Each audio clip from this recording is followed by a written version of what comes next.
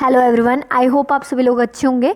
आप सभी का स्वागत है हमारे प्यारे से चैनल एस के एम पढ़ाई पे। आज हम पढ़ने वाले हैं लोक देवियों के बारे में। कल हमने लोक देवता पढ़ लिए थे, 5 लोक देवता कवर किए हैं। बाकी ये जो हम कुछ पेंडिंग है वो मैं करवा दूंगी आपको। आज हम करणी माता और ये जो ऐसी ही कुछ 5 लोक देवी हैं उनके बारे में हम जितने भी फैक्ट्स हैं वो कवर करने वाले हैं। आपको बस काम इतना ही करना है, आपको साथ के साथ नोट्स बनाते जाना है, क्योंकि खुद की नोट्स से बेस्ट कुछ भी नहीं होता है ना। खुद के नोट्स चाहे गंदी राइटिंग में ही क्यों ना बने हो, लेकिन वो बेस्ट होते हैं, क्योंकि हमें जो मेमोरी में हमारी खुद की राइटिंग जो होती है वो जितने अच्छे से हम जाती है उतना किसी की भी राइटिंग जो है वो दिमाग में सेट नहीं होती। तो इसीलिए आपको नोट्स ज़रूर बनाने हैं, बस इतना ही कहना चाहूँगी। तो स्टार्ट करते हैं बिना किसी देरी के। तो सबसे पहले हम बात करते हैं करणी माता के बारे में। तो करणी माता का सबसे पहले जन्म कहाँ पे हुआ था? इनका जन्म हुआ था 1387 ईस्वी में। अगर ईस्वी में देखें तो 1387, और अगर विक्रम संवत में देखें तो 144 विक्रम संवत। विक्रम संवत में 144 है और ईस्वी में 1387 ईस्वी। नेक्स्ट उसके बाद है इनका जन्म का स्थान कहाँ पे है। गांव, तहसील और जिला सब कुछ आपको याद करना है अच्छे से। तो इनका जो गांव था वो था स्वाप गांव। अगर हम तहसील देखें तो फलोदी, फलोदी के पास जोधपुर राजस्थान में इनका जो है क्या था, जन्म स्थान हुआ था। मतलब जन्म है वो स्वाप गांव फलोदी में, जिला जोधपुर के अंदर हुआ। जो कुल देवी, एक इनकी कुल देवी है तो करणी माता जो है बीकानेर के राठौड़ वंश की क्या है, कुल देवी है। बीकानेर के राठौड़ वंश की कुल देवी है करणी माता। करणी माता जी के जो पिताजी का नाम है वो है महोजी किनिया, जो कि किस जाति से बिलोंग करते? महोजी किनिया जो थे वो चारण जाति से बिलोंग करते थे। तो ये हमें याद रखना है। क्यों याद करना है? इस वजह से याद रखना है क्योंकि जो चारण हैं इनके जो मंदिर के पुजारी होते हैं, यानी कि इनके जो मंदिर के पुजारी हैं वो चारण जाति के ही लोग बनते हैं, ठीक है। तो इस वजह से हमें याद रखना है। नेक्स्ट उसके बाद है माता जी जो हैं इनके देवल देवी है। माता कौन है? देवल देवी। और इनके बचपन का नाम क्या था? रिधुबाई था। अब रिधुबाई इनके बचपन का नाम था, यहाँ रीदाबाई, रिधुबाई कुछ भी लिखा सकता है आपके एग्जाम में। तो रिधुबाई इनके बचपन का नाम था। उससे करणी माता कैसे पढ़ा? करणी माता इस प्रकार से पढ़ा है। ऐसी मान्यता है कि जो करणी माता की बुआ थी ना, वो क्या थी, उनकी जो गर्दन थी वो थोड़ी सी टेढ़ी थी, है ना। बुआ की जो टेढ़ी गर्दन थी उसको इन्होंने उंगली के स्पर्श मात्र से क्या कर दिया था, सीधा कर दिया था। इस चमत्कार को देखते हुए जो इनकी बुआ थी उन्होंने ही इनका नाम जो था वो क्या रख दिया, करणी रख दिया था, ठीक है। तो ये हमें ध्यान रखना है। नेक्स्ट, अब इन्होंने किस किस की नींव रखी तो इन्होंने बीकानेर और मेहरानगढ़ दुर्ग है उसकी नींव रखी थी। और राव बीका जो है वो बीकानेर नगर इन्हीं के आशीर्वाद से बसाते हैं, ठीक है। ये भी हमें ध्यान रखना है। अब आगे चलते हैं। इनकी मृत्यु कब हुई थी, यानी ज्योति में लीन कब हुई थी? तो ज्योति में लीन ये 151 वर्ष की आयु में 23 मार्च 1538 ईस्वी में हुई थी। यानी कि ज्योतिर्लीन यानी मृत्यु इनकी हुई थी वो हुई थी 23 मार्च 1538 ईस्वी में, 151 वर्ष की आयु में। ये ध्यान रखना है। नेक्स्ट है इनका जो मंदिर है वो कहाँ पर स्थित है? तो इनका मंदिर जो है वो बीकानेर से 32 किलोमीटर दूरी पर देशनोक में स्थित है। कहाँ पर स्थित है? देशनोक में स्थित है। एक ये भी ध्यान रखना है कि कुछ दूरी पर देशनोक में, कुछ दूरी पर नेहड़ी नामक स्थान है, और उस नेहड़ी नामक स्थान पर क्या है कि खेजड़ी का वृक्ष मिला है। खेजड़ी का वृक्ष स्थित है। उस खेजड़ी के वृक्ष की जो छाल होती है ना, उसको जो भक्तजन होते हैं वो अपने नाखून से खुरचकर साथ में लेके आते हैं, और उस छाल को इतना पवित्र माना जाता है जैसे चांदी हो, ठीक है। चांदी के समान उसको पवित्र माना जाता है। तो ये भी बात आपको ध्यान रखनी है। नेक्स्ट उसके बाद है इनका उपनाम क्या क्या है? इनका उपनाम है डोकरी, चूहों वाली माता, काबा की करनाल। ये सारे के सारे इनके उपनाम है। डोकरी है, चूहों वाली माता है, और क्या नाम है, काबा की करनाल, ये इनके उपनाम है। अब उसके बाद है कि इनका जो मेला है वो कब बढ़ता है? तो देखो जितनी भी माताएं हैं, लोक देवियाँ, ज़्यादातर लोक देवियों के क्या हैं जो मेले हैं वो नवरात्रि और नवरात्रि के समय लगते हैं, ठीक है। तो नवरात्रे जो होते हैं वो साल में 2 बार आते हैं। कब कब आते हैं? एक चैत्र के महीने महीने में, एक आश्विन के महीने में। अब चैत्र महीना जो होता है वो हमें पता होना चाहिए मार्च अप्रैल में आता है, और अगर आश्विन महीना देखें तो वो सितंबर अक्टूबर में आता है। तो कहने का मतलब ये है कि चैत्र महीने के नवरात्रे में भी इनका मेला भरता है। कहाँ पर भरेगा? देशनोक बीकानेर में भरेगा। और इसी प्रकार से आश्विन महीने में भी इनका मेला जो है वो बढ़ता है, साल में 2 बार इनका मेला बढ़ता है। नेक्स्ट उसके बाद एक ये भी आपको ध्यान रखना है कि इनका जो प्रतीक है वो सफ़ेद चील और सफ़ेद चूहा, ये इनके दोनों के दोनों क्या हैं? इनके प्रतीक हैं। और सफ़ेद चूहा जो होता है उसे करणी जी के काबे कहा जाता है, ये भी आपको ध्यान रखना है। इनके जो दत्तक पुत्र थे, है ना, उनका नाम क्या था? अब दत्तक पुत्र का नाम लाखन जी था, ये भी आपको ध्यान रखना है कि इनके दत्तक पुत्र का नाम क्या था? लाखन जी था। ये भी क्वेश्चन आया हुआ है, ठीक है। और इनका जो ग्वाला था वो था दशरथ मेघवाल। क्या था? दशरथ मेघवाल इनके ग्वाले का नाम था। तो ये आपको ध्यान रखनी है कुछ चीज़ें। नेक्स्ट अगली लोक देवी है वो है शीला देवी। कौन है? शीला देवी। इनकी जो प्रतिमा है वो जो शीला देवी है ना, शीला देवी, इनकी जो प्रतिमा है ये आपको ध्यान रखना है 8 भुजाओं की है, ठीक है। 8 भुजाओं की इनकी जो है वो क्या है? भुजा की इनकी, थोड़े से लिखा सही नहीं गया, तो 8 भुजाओं की इनकी प्रतिमा है, ये आपको ध्यान रखना है, ठीक है। 8 भुजा। अब अपने देखते हैं कि ये किनकी आराध्य देवी, यहाँ पे कुल देवी की जगह पे आराध्य देवी कर लेना। तो ये आराध्य देवी हैं, किनकी आराध्य देवी है? जयपुर के कुशवाहा राजपूत की, ठीक है। जयपुर के जो कुशवाहा राजपूत हैं उनकी ये आराध्य देवी है। और शीला देवी जो हैं वो, इनके बारे में ये है, इनका जो मंदिर है वो कहाँ पर है? वो जयपुर में आमेर का जो किला स्थित है ना, तो आमेर के किले में इनका जो है वो मंदिर स्थित है।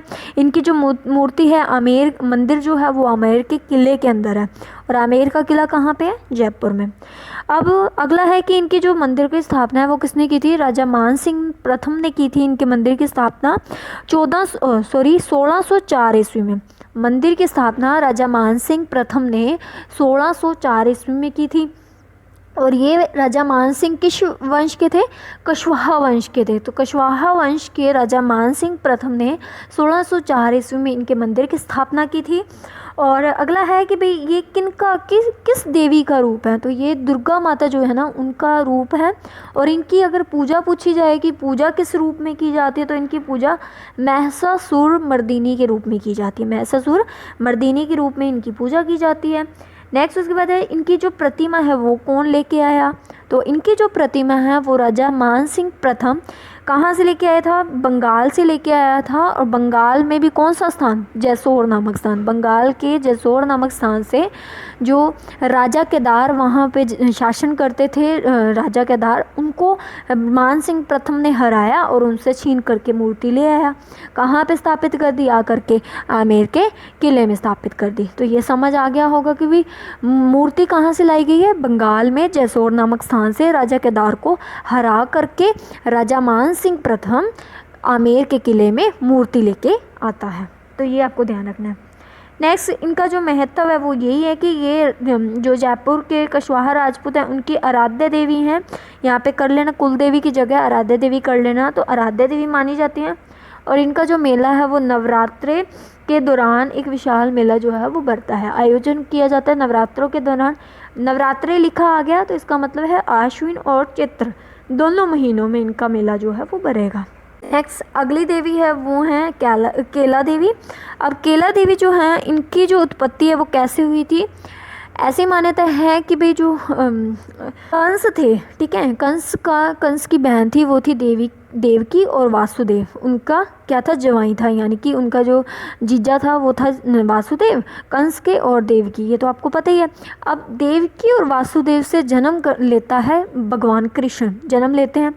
अब उधर यशोदा के घर पे क्या होते हैं? एक लड़की का जन्म होता है। उस लड़की को जो है वो भगवान कृष्ण से क्या कर लिया जाता है?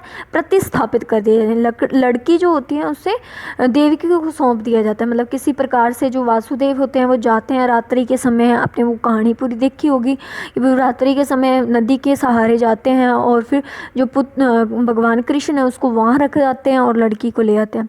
तो जैसे ही कंस ने क्या किया था, उस लड़की को मारने के लिए जिस शिला के ऊपर उसको पटका था उससे ये जो शिला देवी है उनकी क्या होती है, उत्पत्ति हो जाती है। ठीक है, ऐसी मान्यता है।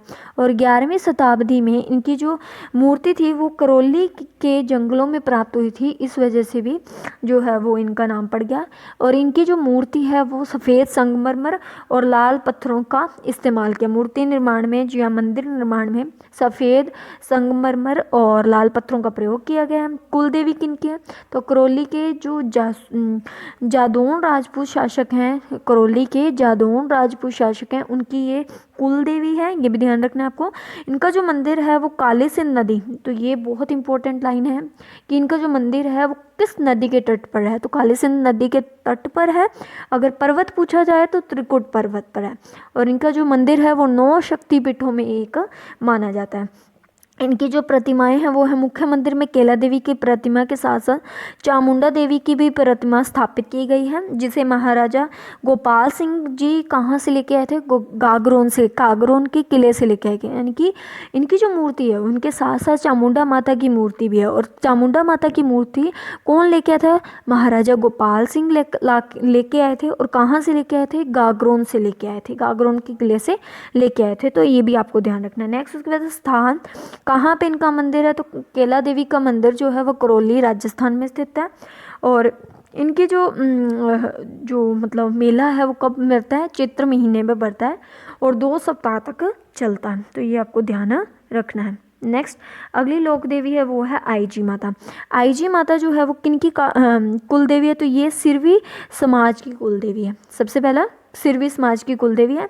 इसमें इनका जो मंदिर है वो कहाँ पे है, बिलाड़ा में स्थित है। बिलाड़ा जोधपुर में इनका मंदिर स्थित है, जहाँ पर क्या है कि भाई ज्योति जो है ना, अखंड ज्योति है, उसमें से केसर टपकता है। यानी ज्योति जो है 550 सालों से लगातार चले आ रही है, मतलब जगी जा रही है, और उससे टपकता क्या है, केसर। ठीक है, तो ये हमें ध्यान रखना है। और इनका मंदिर जो है वो कहाँ पर स्थित है, बिलाड़ा जोधपुर में स्थित है। मुख्य मंदिर बिलाड़ा जोधपुर में स्थित है। इतिहास है कि इनकी जो मंदिर की स्थापना है वो कब हुई थी, 1504 ईस्वी में इनके मंदिर की स्थापना हुई थी। तो ये बात हो गई हमारी पहले ही डिस्कस। नेक्स्ट उसके बाद है कि अन्य कथा के अनुसार उन्होंने अपने अनुयायी माधव को डोरा बंद बनाने और जातिवाद से दूर रहने का संदेश दिया। यानी कि इनका जो अनुयायी थे वो कौन थे, माधव थे। इनके अनुयायी कौन थे, माधव। उनको जातिवाद से दूर रहने का संदेश दिया था। ठीक है, अगला है भजन और आरती। इनके जो भजन है वो जय आईजी सा। ठीक है, तो ये आरती के रूप में बोला जाता है, जय आईजी सा। तो ये भजन बोला जाता है। ठीक है, तो ये बोला जाता है। नेक्स्ट अगली हमारी लोक देवी है वो है जमवाय माता। कौन है, जमवाय माता। अब जमवाय माता किनकी कुल देवी है, तो ये कछवाहों की कुल देवी है। तो देखो पहले मैंने आपको करवाया था आराध्य देवी, कछवाहों की, जयपुर के कछवाहों की आराध्य देवी कौन थी, शीला देवी थी। ठीक है, तो जयपुर के कछवाहों की आराध्य देवी कौन थी, शीला देवी थी। और जमवाय माता जो है वो क्या है, आराध्य देवी नहीं है, कुल देवी है। ठीक है, तो ये ध्यान रखना है आपको। नेक्स्ट है इनका जो मंदिर है वो कहाँ पर है, जमवा रामगढ़ जयपुर में स्थित है। अब देखो दोनों चीज़ें मिक्स नहीं करनी है। शीला देवी का मंदिर जो है वो तो है कहाँ पर, शीला देवी का मंदिर आमेर के किले में जयपुर में स्थित है। और इनका जमवाय माता का मंदिर है वो है जमवा रामगढ़, कहाँ पे, जमवा रामगढ़ जयपुर में स्थित है। तो ये ध्यान रखना है। मंदिर की स्थापना किसने की थी, दुल्हे राय कछवाहा, जो कि कछवाहा वंश की, जिन्होंने कछवाहा वंश की भी स्थापना की थी। उसके साथ साथ जमवा रामगढ़ की भी स्थापना की थी दुल्हे राय ने। और दुल्हे राय ने ही जमवाय माता का मंदिर भी बनवाया था। कहाँ पर, जमवा रामगढ़ में। तो ये आपको ध्यान रखना है। कब करवाया था निर्माण, 11वीं सदी में इस मंदिर का निर्माण हुआ। मंदिर का निर्माण दुल्हे राय ने मार्च में मीणाओं से युद्ध जीतने के बाद जमवाय माता का मंदिर बनवाया था। तो ये जो दुल्हे राय थे ना, इन्होंने क्या किया था, ये जीत हासिल की थी मार्च नामक स्थान पर मीणाओं से। ठीक है, तो मीणाओं से युद्ध में जीतने के बाद इन्होंने जमवाय माता का मंदिर जो है वो बनवाया था। और वहाँ अपनी कुल देवी की प्रतिमा भी स्थापित की थी। तो ये थोड़ा सा ध्यान रखना है कि किनको युद्ध में हराने के बाद जो है दुल्हे राय ने मीणाओं को युद्ध में हराने के बाद जो है जमवाय माता का मंदिर बनवाया था। नेक्स्ट है, ये मंदिर है जयपुर जिले के जमवा रामगढ़ में कौन सी श्रृंखला के ऊपर है, तो अरावली पर्वत श्रृंखला के बीच में स्थित है। अरावली पर्वत श्रृंखला के बीच में ये स्थित है जमवा रामगढ़ में। प्रतिमाएं क्या है, मंदिर का जो गर्भगृह है उसमें जमवाय माता की मुख्य प्रतिमा है। दाहिनी ओर एक गाय के बछड़े और बाईं ओर बुढ़वाए माता की प्रतिमाएं भी स्थापित की हुई हैं। ठीक है, तो ये भी ध्यान रखना है। इनके जो दाएं साइड है ना, इनकी जो राइट साइड है वहाँ पर तो गाय का बछड़ा की मूर्ति स्थापित की गई है, और जो बाईं साइड है वहाँ पर बुढ़वाए माता की मूर्ति स्थापित की हुई है। तो ठीक है, तो यहाँ तक हमारा जो है टॉपिक क्या होता है कंप्लीट। तो 5 लोक देवियाँ जो हैं वो कुल देवियाँ जो हैं या लोक देवियाँ हैं वो हमने कवर की हैं, और अगली वीडियो में हम नेक्स्ट वीडियो के साथ